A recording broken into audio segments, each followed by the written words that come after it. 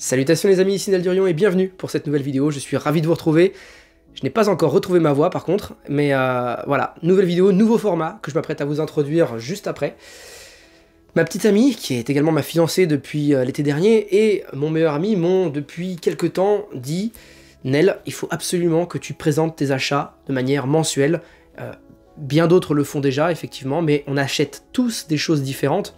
Bien sûr que sur certaines lectures, on va se retrouver avec des lecteurs comme la Cave du Mills, que je salue bien fort, qui, voilà, mon Mills qui achète du Punisher comme moi, eh bien effectivement, le nouveau Punisher, j'imagine qu'il l'a acheté tout aussi bien que moi.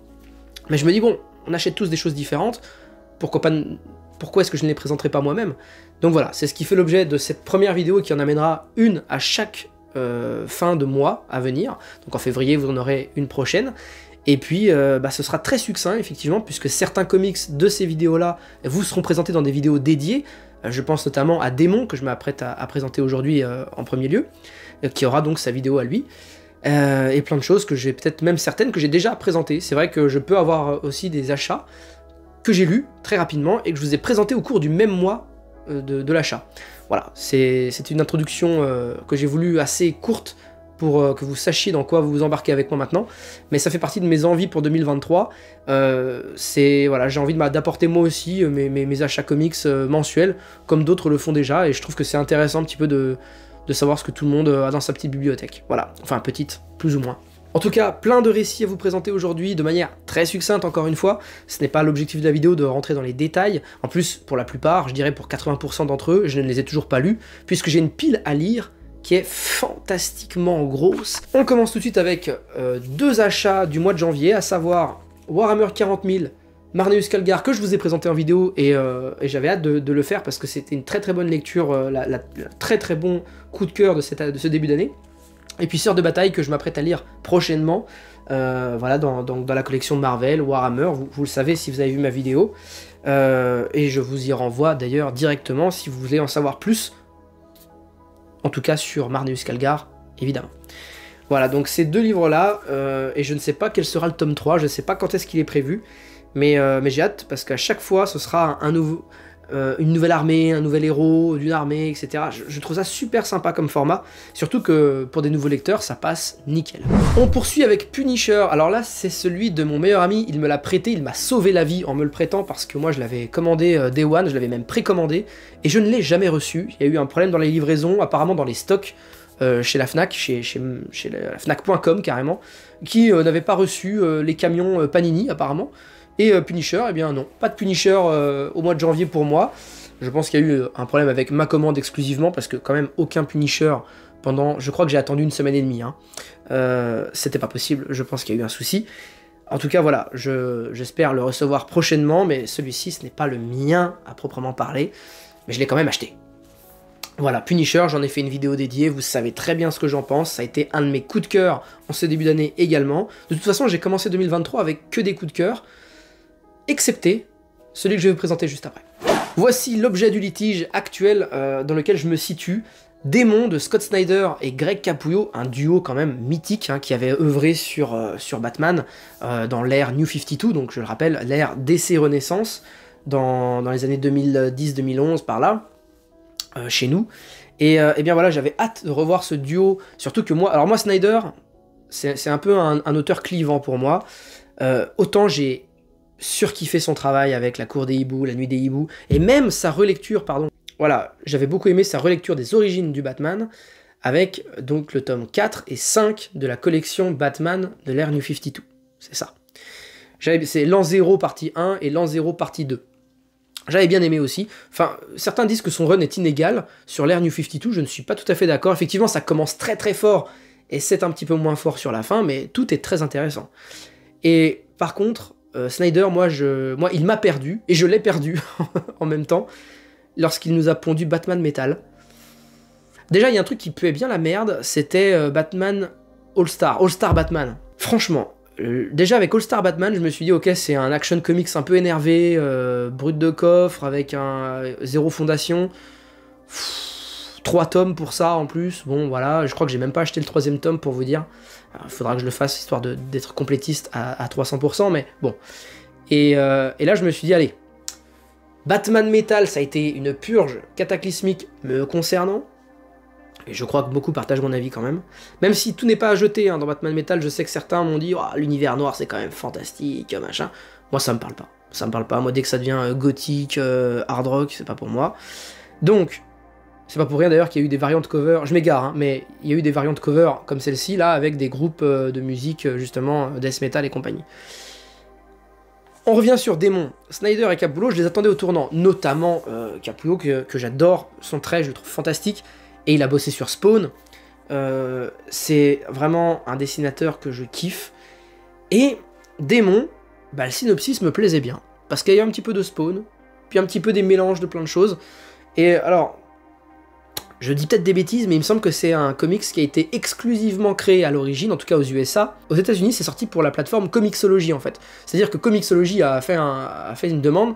Venez alimenter notre plateforme de lecture, donc c'est de la lecture numérique. Et d'ailleurs c'est pour ça que c'est marqué Comixology Originals, juste derrière. Et donc Dark Horse s'est empressé aussi également de procéder à l'édition. Mais nous on a ce très bel ouvrage chez Delcourt, hein, comme d'habitude, avec Démon. Mais, je sais pas, j'en suis aux 3/4 du récit, je n'ai pas terminé. Donc je peux pas me prononcer complètement. De toute façon, il y aura une vidéo là-dessus, hein. Je l'avais annoncé déjà sur l'onglet communautaire de ma chaîne. Il y aura une vidéo dessus. À l'heure actuelle, ce qui est sûr, c'est que ce ne sera pas un coup de cœur, c'est sûr et certain. Je poursuis mes achats du mois de janvier donc avec, d'un côté, Gotham Knights volume 3, donc toujours, hein, vous connaissez la chanson, 32 pages pour 4,90 €. Et le 4 qui est sorti fin du mois, donc celui-ci début de mois et fin du mois. Bref, donc on continue là-dessus, vous avez les vidéos dédiées qui arrivent également. Je compte sortir l'épisode 3 et l'épisode 4 quasiment dans la foulée, c'est-à-dire que je pense la semaine prochaine, j'ai pas envie de trop m'avancer, mais la semaine prochaine vous aurez normalement 2 épisodes. Je pense que là je suis surtout dans le milieu de récit, et c'est un peu, voilà, c'est un peu chancelant quoi. On reste du côté du Chevalier Noir, entre guillemets, mais plutôt du côté de l'univers DC, hein, on va rester large, avec Joker de Brian Azzarello et de Lee Bermero. Alors vous connaissez le trait de Lee Bermero qui est absolument fou. Et bien avec Joker, c'est un tout petit... Alors oui, j'en profite, hein, la collection Urban Nomad, c'est cette nouvelle collection qu'a sorti Urban Comics. C'est en fait des comics au format manga, mais genre Perfect Edition, vous voyez un petit peu les Perfect Edition style Planète, tome 1, 2, 3, ou Hokuto no Ken qui est sorti récemment aussi. Eh bien, c'est du même acabit, on est sur un prix qui est quand même ultra honnête, vous avez des récits de fou dingue, genre ça, 5,90 €, ça là. Bien sûr, hein, ce sont des pages toutes petites, mais voilà, vous avez la couleur, vous avez tout, de toute façon, là je vous montre comme ça, mais je vous mets toujours des images sur le côté. Mais ouais, ça rend pas honneur au dessin, c'est clair et net. Par contre, moi, c'est un format que j'ai voulu soutenir, avec des titres qui me manquaient dans ma collection, genre Joker par exemple que j'avais raté, et ben je trouve que Urban Nomad tire son épingle du jeu pour ceux qui aiment déjà le souple, hein, le soft cover, le pas cher, le facilement transportable quand même, parce que ça par rapport à un comics traditionnel, Démon par exemple que j'ai juste ici, vous voyez un petit peu, voilà quoi, ça n'a rien à voir, mais pour les bonnes et les mauvaises raisons, ça n'a rien à voir, on est d'accord. Pour de bonnes raisons, ça n'a rien à voir niveau prix, ça c'est clair. Là où Démon vaut 16 €, c'est pas cher, 16 €. Je rappelle, Delcourt sont toujours extrêmement bien placés niveau tarif. Mais si je devais le comparer à Punisher, par exemple, qui vaut 20 balles, et ça c'est 5,90 €. Et en deuxième, j'ai pris V pour Vendetta. Voilà, V pour Vendetta, j'y avais adoré le film à l'époque avec Nathalie Portman, et puis celui qui joue l'agent Smith et le Seigneur Elrond dans la trilogie du Seigneur des Anneaux. Et j'ai oublié son nom d'acteur. Ah merde. Putain, en plus il est vraiment bien, mais je vous le mets juste là. Alors voilà, V pour Vendetta, c'est un sacré pavé, hein. Et 9,90 €. 9,90 €, vous m'avez bien entendu. Et c'est super bien. En tout cas, ça a l'air. Parce que j'ai jamais lu ça. Ça fait partie des classiques. C'était à l'époque. Putain. Je sais plus, mais c'était des très très gros pavés chez Urban Comics, ils nous les avaient sortis, hein. Ça coûtait peut-être 30 €, quoi, quelque chose comme ça. Et voilà, donc là je me suis dit, Urban Nomad, c'était la bonne occasion pour pouvoir enfin voir ce que ça avait dans le ventre, ce V pour Vendetta, parce que c'est quand même quelque chose de ouf, hein. Alan Moore, les gars, Alan Moore. Voilà pour mes 2 petits Urban Nomad, ce n'est pas les seuls que je possède, j'ai également Transmétropolitane, tome 1 et 2, Le 3 est sorti là en janvier, et je l'ai pas pris encore parce que j'attends de voir si ça me plaît. Déjà les deux premiers, parce que ça a l'air un peu spécial quand même. Mais bon, Urban Nomad, franchement, j'ai envie de soutenir cette collection. On poursuit chez un éditeur dont je vous parle très souvent, qui est mon éditeur un petit peu chouchou, hein, voilà, parce que, aussi et surtout parce qu'en fait il propose des comics sur des personnages fictifs de ma vie d'enfant, jeune ado, voire ado même, et justement, bah, Transformers les gars. Donc je parle de Vestron, pour ceux qui n'avaient pas compris. Transformers, la série originale, alors ça c'est vieux, hein, 1984, ah ouais, putain, c'est 6 ans avant que j'arrive sur Terre, ouais. J'ai hâte de lire, le dessin effectivement est old school, mais moi les années 80 ça passe encore. Il y a beaucoup de textes, j'adore. C'est vrai que dans les comics, c'était vachement plus verbeux avant quand même. Hein. Ça, c'est pas pour me déplaire d'ailleurs, que c'était beaucoup plus verbeux qu'aujourd'hui. Aujourd'hui, on est beaucoup plus dans le graphic novel, d'ailleurs, que vraiment dans la vraie narration, bien soutenue et tout. Je sais que là, il y a vraiment deux publics là-dessus. Hein. Dans ce que je dis là, il y a vraiment ceux qui aiment quand les dessins se suffisent à eux-mêmes.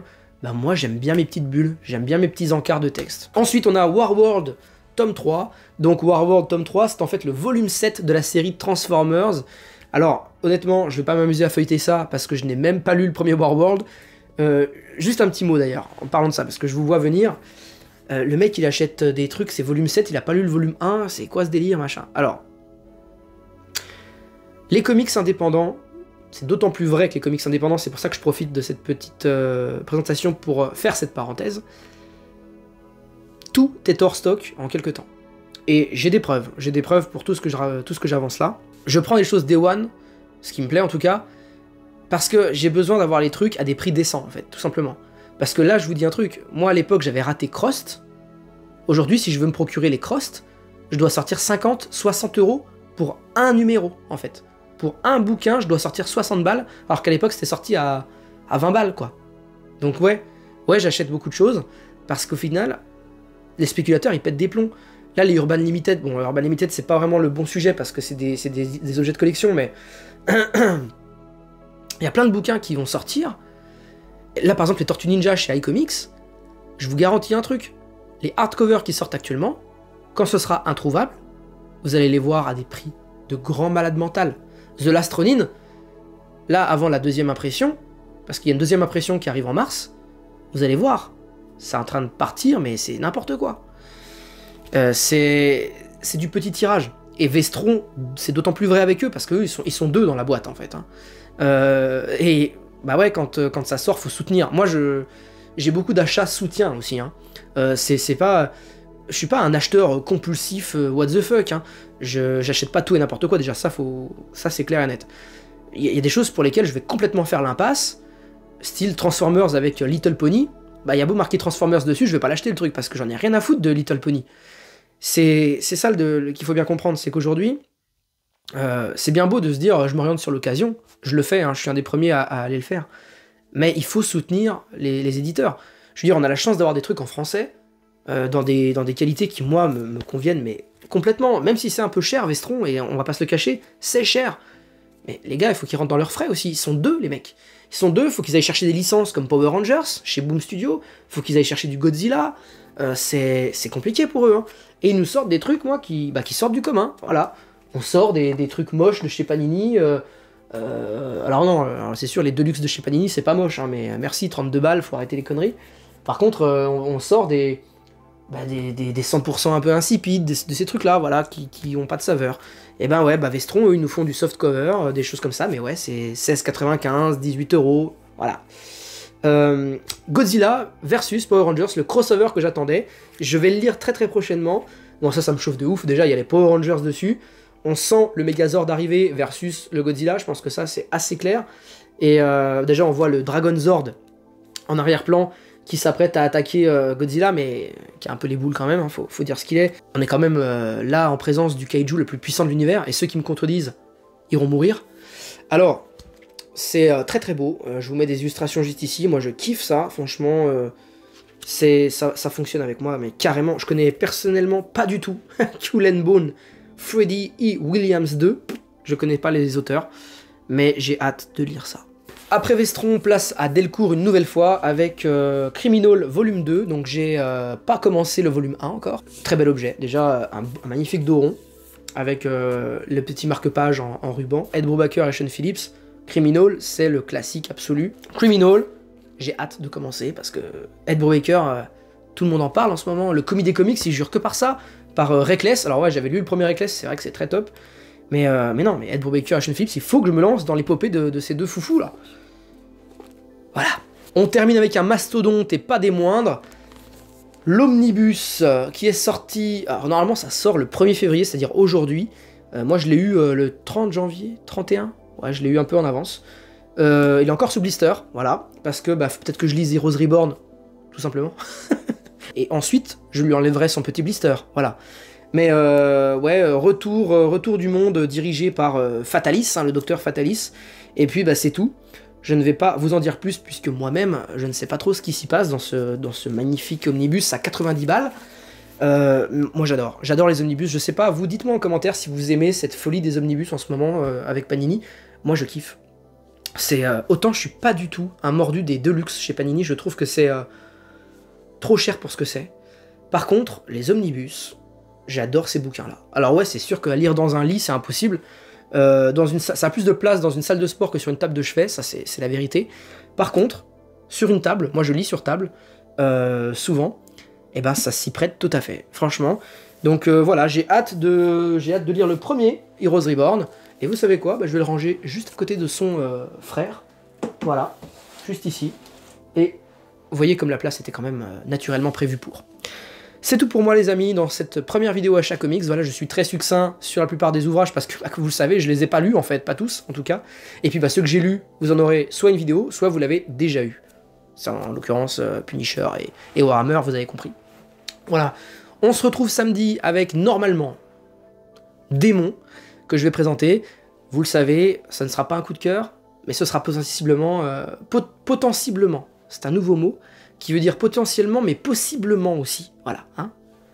Donc potentiellement, samedi matin, petite vidéo sur Démon, ça me semble être une bonne idée. Merci à tous, et on se retrouve très bientôt. Lisez un max.